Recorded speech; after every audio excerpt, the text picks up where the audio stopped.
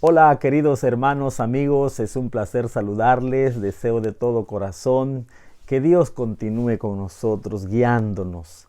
Estamos ya en la lección número 1 del primer trimestre de este nuevo año 2021.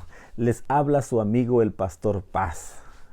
Así que bienvenidos a Reflexiones de la Escuela Sabática. El texto base para esta semana es un texto bastante conocido, lleno de lecciones importantes, de mensajes extraordinarios, de matices, porque el título de la lección es Crisis de identidad. Y es algo muy interesante que esta semana nos abordaron, nos llegó el mensaje especialmente de Dios. Dice el texto base, venid luego, dice Jehová, y estemos a cuenta. Si vuestros pecados fueren como la grana, como la nieve, serán emblanquecidos. Si fueren rojos como el carmesí, vendrán a ser como la blanca lana. Hay algunos detalles importantes que en el transcurso de las reflexiones vamos a ir tocando. Así que vamos a tocar nuestras reflexiones. Olvidar a quién pertenezco. No nos olviden que estamos hablando de la crisis de identidad. Olvidar a quién pertenezco y quién es mi Padre es perder la verdadera identidad como pueblo del pacto. Ese es el énfasis que vamos a ver en esta semana, el énfasis que vimos durante la lección. Olvidar de dónde vengo, olvidar quién es mi Padre, olvidar cuál es mi origen, es olvidar a ese Dios del pacto del cual hemos estado hablando durante esta semana. Poner de testigos, eso llamó mucho mi atención. Poner de testigos al cielo y la tierra es una evidencia de la soberanía de Dios. Y quien viole ese pacto será castigado desde la perspectiva del profeta Isaías. Como es el único Dios verdadero, llama a los cielos y la tierra a cumplir ese papel de testigo. Ese papel fundamental, y eso es algo extraordinario que nosotros tuvimos en esta semana. Continuará el rechazo, continúa ese rechazo de parte de Dios hacia ese pueblo, ahora hacia las ofrendas, después a los rituales defectuosos, porque hay un elemento importante en todo esto, que es muy importante que nosotros lo veamos. Las mismas manos, resulta ser que las mismas manos que ofrecían sacrificios y se extendían en oración, estaban llenas de sangre, según lo dice el capítulo 1, el versículo 15 del profeta Isaías. Esas manos que se elevaban en oración y esos manos que hacían sacrificio, esas manos estaban llenas de sangre. Eran culpables de violencia y opresión hacia los demás. Y eso es algo que Dios condenaba siempre. Recuerden la historia del libro de Abdías, cuando los hijos de los hombres atacaban a los hijos de Dios. ¿Por qué es importante tener en cuenta esto, hermanos, amigos? Porque eran culpables de violencia, porque los pecados contra los demás eran pecados contra el Señor al despreciar a los miembros de ese pacto, de la comunidad del pacto, despreciaban al Señor del pacto. Cuando desprecias a los hijos de Dios, cuando desprecias a la comunidad de los que son parte de ese pacto, están despreciando al Dios, al Señor de ese pacto. Dios instituyó de manera clara, de manera visible, de manera tajante, Dios instituyó el sistema de adoración ritual, según Levíticos capítulo 1 hasta el capítulo 16. También designó al templo para tales servicios y los rituales debían realizarse dentro del pacto. Los servicios, los ritos no eran malo en sí, sino que estaban fuera de ese pacto, estaban haciendo uso incorrecto de los servicios del pacto. Los rituales y las oraciones eran válidas pero solamente si expresaban fidelidad a Él y a su pacto. Ese es el punto, ese es el problema. Vamos adelante, vamos a tocar un tema álgido y bastante neurálgico en este asunto de la adoración y del servicio a Dios. Los que ofrecían sacrificios sin arrepentirse de su accionar injusto hacia otros miembros de la comunidad estaban mintiendo. No es posible estar haciendo un servicio a Dios.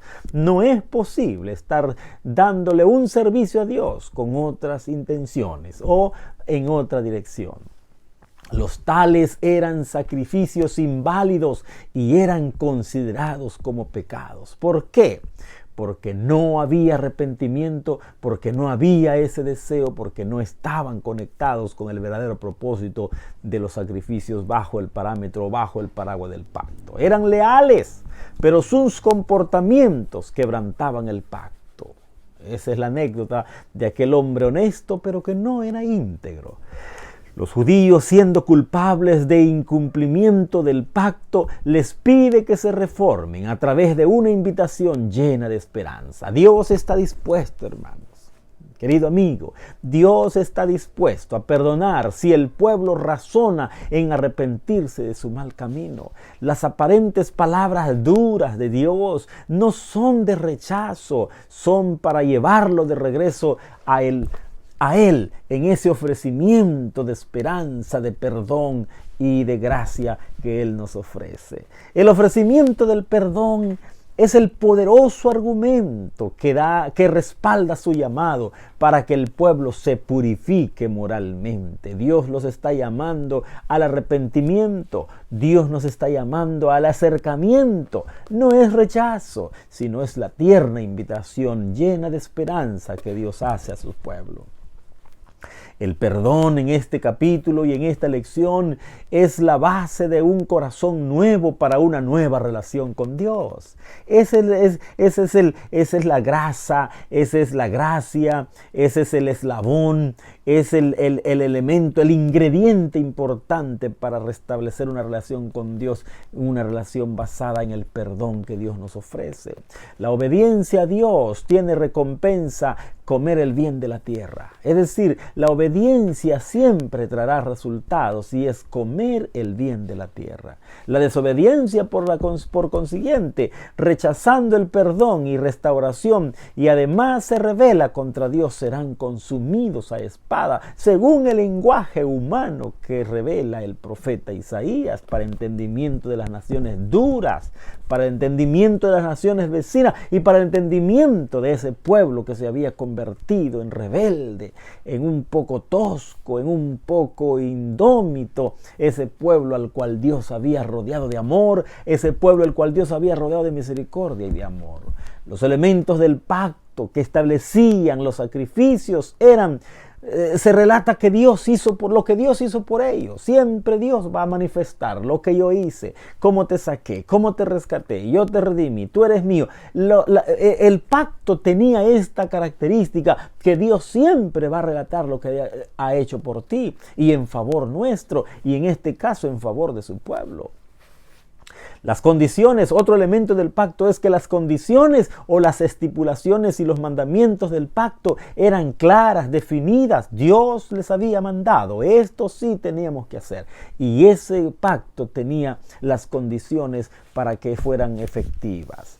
Y número 3, el pacto constituía a los testigos. En este caso Dios pone de testigo al cielo y la tierra, elementos supremos, elementos importantes, no como actos de adoración, sino como que Él tiene el control de los cielos y la tierra y los pone como testigos para ejecutar sus juicios y para ejecutar el cumplimiento de la ejecución. Y finalmente el pacto tenía las consecuencias. Si no se cumplía ese pacto, Dios estaba manifestando las consecuencias que ese pacto traería. Familia, queridos hermanos, Dios utilizó el orden del pacto que conocían las naciones vecinas, los hititas. Dios utilizó ese mismo esquema de transmitir pactos para que los israelitas les fuera más fácil entender el pacto y sus implicaciones. Dios no utilizó ningún elemento extraño que en su comunidad, que en su ambiente y en su alrededor ellos no pudieran entender. Lo conocían a la perfección las condiciones de ese pacto. Pero la relación que Dios tiene con su pueblo emana de su carácter. Y esa es la grandeza del Dios al cual servimos. La relación que Dios tiene con su pueblo emana de su carácter, que es amor, y espera una respuesta de amor. A cambio recibe uvas silvestres. Yo sembré, yo hice esto y estoy recibiendo uvas silvestres, que en el griego las uvas silvestres significan cosa apestosa. Es lo que Dios recibió de tanto amor, de tanta bondad, de tanta gracia, de tanta misericordia. Valga pues la reflexión para que nosotros valoremos qué le estamos entregando al Señor después de que Él ha hecho tanto por nosotros. Cuando pecamos, no nos separa inmediatamente quitándonos protección y destruyéndonos. Fíjense lo interesante de esta reflexión. Cuando pecamos humanamente, nosotros estamos dispuestos y estamos con la idea de que Dios va a actuar en consecuencia. Dios es un Dios de amor, de misericordia. No permita, Él hace hasta lo último. Por eso la última pregunta que les voy a hacer, basado en Isaías capítulo 1, tiene gran significado para nosotros. Nos da la oportunidad de aceptar el perdón, porque no desprecia a nadie. Llama siempre que haya una esperanza para una respuesta. Sabe que somos incapaces, por eso pecamos, pero eso no acepta un no como respuesta. Siempre está buscando una respuesta llena de esperanza. Siempre procura que nuestra respuesta sea inmediata. Él sabe que somos pecadores, Él sabe que actuamos así porque somos ignorantes de muchas de las cosas. No medimos las consecuencias, no razonamos nuestros comportamientos. Y Dios es paciente porque está esperando una respuesta llena de esperanza. Pero escuchen bien, si sus esfuerzos no llegan a ninguna parte con nosotros, Él reconoce nuestra decisión y nos permite seguir siendo como decidimos ser. Según Apocalipsis 22, el que es justo sea justo, y el que es injusto viva, practique la injusticia o la maldad. Su deseo es llegar a un buen término con nosotros. Su deseo es que nos vaya bien. Su deseo es que aceptemos con gran alegría la invitación que nos haces. El énfasis en la condición espiritual de Israel constituye el enfoque principal del libro. La religión del pueblo de Dios se corrompió. Esa es la condición del pueblo. Ese es el énfasis que hace el libro de Isaías. ¿Hay esperanza, queridos hermanos, amigos? ¿Hay esperanza en medio de una situación así? Sí hay esperanza. Sí hay esperanza. Esa es la razón por la cual algunos califican al libro de Isaías como el Evangelio del Antiguo Testamento, según Isaías capítulo 1, versículo 12. Testifica que el Señor ha levantado a su pueblo. Y miren cómo lo magnifica. Crié hijos, los engrandecí. Esa es una evidencia del cuidado paternal, es una evidencia de la protección de Dios. A través del lenguaje figurativo de la viña, según Isaías capítulo 5, describe el cuidado de Dios por sus hijos. Fíjense cómo dice: la había cercado y despedregado y plantado de vides escogidas. Había edificado en medio de ella una torre y hecho también en ella un lagar, y esperaba que diese uva y dio uvas silvestres. ¿Qué más podía hacer a mi viña que ya no haya hecho en ella? ¡Qué pregunta llena de significado! ¿Qué más puede hacer el Señor por ti que no haya hecho antes? ¿Qué más puede hacer el Señor por mí? ¿Qué más puede hacer el Señor por nosotros, queridos amigos, al iniciar este año? Isaías presenta a Dios como aquel que está interesado en la restauración de su pueblo. Dios, queridos hermanos, queridos amigos, está dispuesto en perdonarnos y redimirnos, y el arrepentimiento es parte de ese proceso. Perdón y arrepentimiento, palabras claves. Además, en este sentido solamente tenemos dos opciones: obedecer o rechazar su voz. O obedecemos a Dios o rechazamos su voz, según Isaías capítulo 1, versículos 19 y 20. Y como una nota final, queridos amigos, Él hace su invitación. En este tiempo no ha cambiado nada desde un principio. A lo largo de los siglos la invitación de Dios no ha cambiado. Venid luego, dice Jehová, y estemos a cuentas. Si vuestros pecados fueren como la grana, como la nieve serán emblanquecidos. Si fueren rojos como el carmesí, vendrán a ser como blanca lana. ¿Estás dispuesto a permitir que Dios haga su obra de restauración en tu vida?